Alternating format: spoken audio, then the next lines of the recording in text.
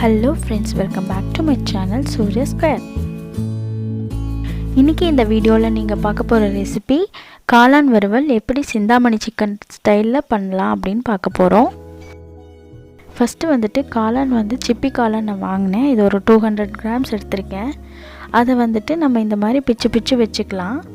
அதுல அடுக்கடுக்கா இருக்கு இல்லீங்களா, அந்த மாதிரி லேயரா இருக்குறத நம்ம ஒவ்வொண்ணா தனித்தனியா பிச்சு வெச்சுக்கலாம். இது கட் பண்ணனும் அப்படினு இல்லைங்க, கையில பிச்சாலே வந்துடும். அவ்வளோ சாஃப்ட்டா தான் இருக்கும்.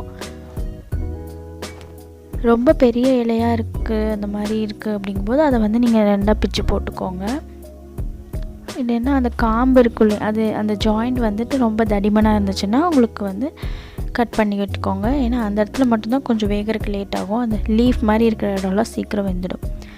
இப்போ இதை வாஷ் பண்ணதுக்கு அப்புறமா இதை நல்லா பிச்சு போட்டுட்டு வாஷ் பண்ணி எடுத்துக்கணும். வாஷ் பண்ணதுக்கு அப்புறமா ஒரு ஸ்பூன் உப்பு, கொஞ்சமா மஞ்சள் போட்டு நல்லா பரட்டி விட்டுக்கலாம்.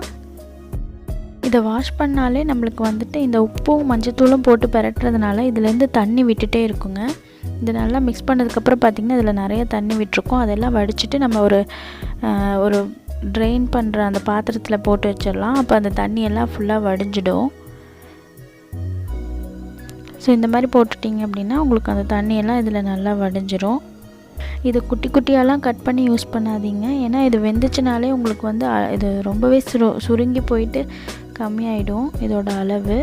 அதனால் நீங்கள் இதை அப்படியே இது பண்ணிக்கலாம். இது பாருங்கள், அந்த தண்ணியை நம்ம கீழே ஊற்றிட வேண்டியதான். இதை மூடி வச்சுட்டு நம்ம ஒரு 10 நிமிஷம் அப்படியே வச்சிடலாம். இதுக்கப்புறமா ஒரு 10லேருந்து 15 சின்ன வெங்காயத்தை கட் பண்ணி வச்சுருக்கேன். ஒரு 6-7 வரமிளகாய் எடுத்து விதையெல்லாம் ரிமூவ் பண்ணிட்டு வச்சிருக்கேன். உங்களுக்கு காரம் அதிகமாக வேணா 2 கூட போட்டுக்கோங்க. அதுக்கப்புறமா வடச்சட்டியில் எண்ணெய் ஊற்றிட்டு கடுகு போட்டுக்கலாம். கடுகு பொரிஞ்சதுக்கு அப்புறமா கருவேப்பிலை போட்டுக்கலாம். அதுக்கப்புறமா வரமிளகாவும் சின்ன வெங்காயமும் போட்டு வதக்கிக்கலாம்.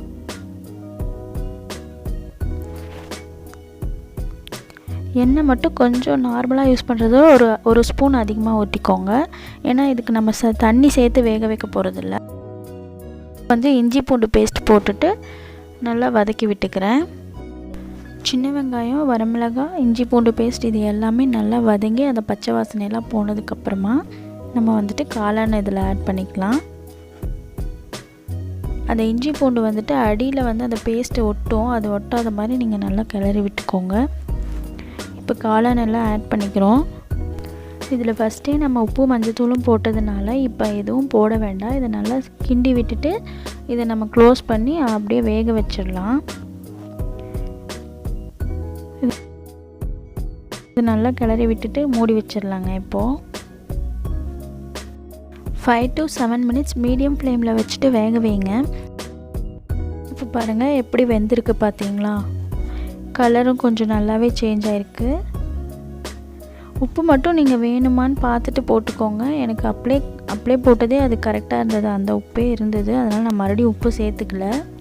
நம்ம மூடி வச்சு வேக வச்சதுனால அதிலேருந்து அந்த ஸ்டீம்லேருந்து வந்த தண்ணி விட்டுருக்கோம் காளான்லேருந்து.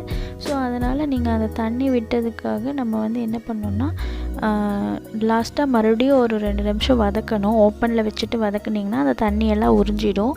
அதுக்கப்புறமா உங்களுக்கு இன்னும் கொஞ்சம் ஸ்பைசஸ் கூட காரமாக வேணும் அப்படிங்கும்போது ஒரு ஸ்பூன் மிளகுத்தூள் பெப்பர் நீங்கள் போட்டுட்டீங்க அப்படின்னா டேஸ்ட் இன்னும் ரொம்பவே சூப்பராக இருக்கும். அவ்வளோதாங்க, இது ரெடி ஆகிடுச்சு.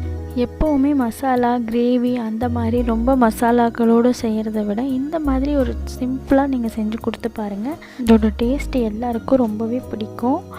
ரொம்ப நேச்சுரலான டேஸ்ட்டாக இருக்கும். சின்ன வெங்காயம் எவ்வளோக்கு எவ்வளோ போடுறீங்களோ அவ்வளோக்கு அவ்வளோ ரொம்ப நல்லது. ஓகே ஃப்ரெண்ட்ஸ், இன்றைக்கி இந்த வீடியோ உங்களுக்கு பிடிச்சிருக்குன்னு நினைக்கிறேன். மறக்காமல் லைக் பண்ணுங்கள், கமெண்ட் பண்ணுங்கள், ஷேர் பண்ணுங்கள். சப்ஸ்கிரைப் பண்ணாமல் இருந்தீங்கன்னா சப்ஸ்கிரைப் பண்ணுங்கள். தேங்க்ஸ் ஃபார் வாட்சிங்.